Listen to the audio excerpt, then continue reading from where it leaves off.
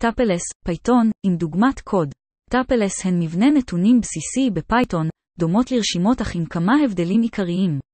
הן אוספים מסודרים של אלמנטים שאינם ניתנים לשינוי, כלומר התוכן שלהן לא יכול להשתנות לאחר יצירתן. יצירת טאפלס.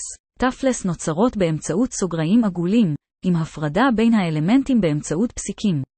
גישה לאלמנטים בטאפלס. בדומה לרשימות, ניתן לגשת לאלמנטים בודדים בטאפלס באמצעות האינדקס שלהם, המיקום שלהם בטאפלס. האינדקס מתחיל מ-0, כלומר האלמנט הראשון בטאפלס יש לו אינדקס 0, האלמנט השני יש לו אינדקס 1, וכן הלאה. השוואה בין טאפלס לרשימות. להלן טבלה המסכמת את ההבדלים העיקריים בין טאפלס לרשימות. מאפיין, טאפלס, רשימה. אימוטבילי, כן, לא. יצירת, שימוש, ייצוג של ערכות נתונים קבועות, אחסון ושינוי נתונים באופן דינמי. ביצועים, מהירים יותר מעט בשל אימוטביליות, איטיים יותר מעט בשל שינוי גודל דינמי. יתרונות השימוש בטאפלס.